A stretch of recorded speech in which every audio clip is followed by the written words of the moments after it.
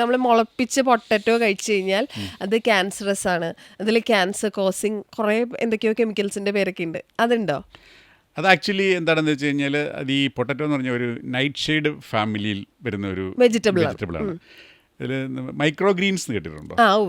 അപ്പോൾ ഈ മൈക്രോ ഗ്രീൻസിനെ കുറിച്ച് അന്വേഷിച്ചാൽ അറിയാം.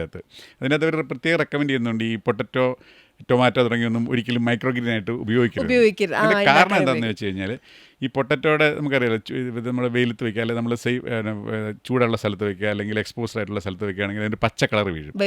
അതുപോലെ തന്നെ ഇതിന് ഈ മുളയും വരും. അപ്പോൾ ആ സമയത്ത് ഇതിൽ കുറച്ച് കെമിക്കൽ റിയാക്ഷൻസ് ഉണ്ടാവും.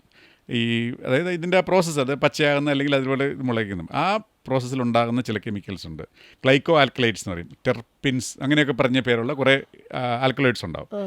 അത് നമുക്ക് അത്ര നല്ലതല്ല ഹെൽത്തിന്. പക്ഷേ ആക്ച്വലി ക്യാൻസർ ഒന്നും ഉണ്ടാക്കില്ല. എന്താ സംഭവിക്കുന്നത് വെച്ച് കഴിഞ്ഞാൽ അത് കഴിച്ചു കഴിഞ്ഞ് കഴിഞ്ഞാൽ നമുക്ക് എന്താ പറയുക, ഛർദി, ഒത്തിരി കൂടുതൽ കഴിച്ചു കഴിഞ്ഞാൽ ചിലപ്പം ബോധക്ഷയം, കാരണം അത് ന്യൂറൽ ഡാമേജ് ഒക്കെ ഉണ്ടാക്കുന്ന ഒരു സാധനമാണ് ഈ ടെർപിൻസ്. അത് ഞാൻ ഈ പറഞ്ഞ ഈ ഗ്ലൈക്കോ ആൽക്കലോയിഡ്സ് എന്ന്. അതായത് പൊട്ടറ്റോ മുളയ്ക്കുക അല്ലെങ്കിൽ പച്ച ആകുക, ആ സമയം അങ്ങനെയുള്ള. പക്ഷേ ഒരു കാര്യമുണ്ട്, ഡേഞ്ചറസ്. പക്ഷേ ഒരു കാര്യമുണ്ട്, അതങ്ങനെ കഴിക്കാൻ പറ്റത്തില്ല, ഇതിന് ഭയങ്കര കയ്പ്പാണ്. അപ്പോൾ ഈ പൊട്ടറ്റോയ്ക്ക് നമുക്ക് അത്ര കയ്പുണ്ടെങ്കിൽ അർത്ഥം അത് മുളച്ചോ അല്ലെങ്കിൽ ഇങ്ങനെയുള്ളതാണെന്നാണ്.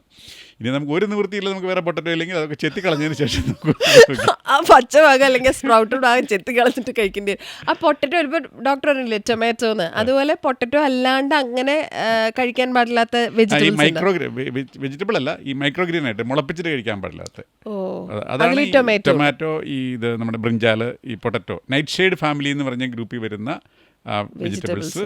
പക്ഷെ ഇപ്പൊ നമ്മൾ ഈ പെറ്റ് ബോട്ടിൽസിന്റെ കാര്യം പറഞ്ഞ പോലെ പൊട്ടറ്റോസ് ഡോക്ടർ ശ്രദ്ധിച്ചിട്ടില്ലേ? വഴിയിൽ പച്ചക്കറി കടകളിലെല്ലാം പൊട്ടറ്റോസ് നല്ലോണം സൂര്യനെ നോക്കിയിട്ടാണ് ഇരിക്കുക. പച്ചക്കളർ വരുന്നവരെ കുഴപ്പമില്ല, പച്ചക്കളർ വരത്തില്ല, മനസ്സിലായി, ഒരു ഗ്രീൻ ഷെയ്ഡ് വരുന്നവരെ കുഴപ്പമില്ല. ഓക്കെ.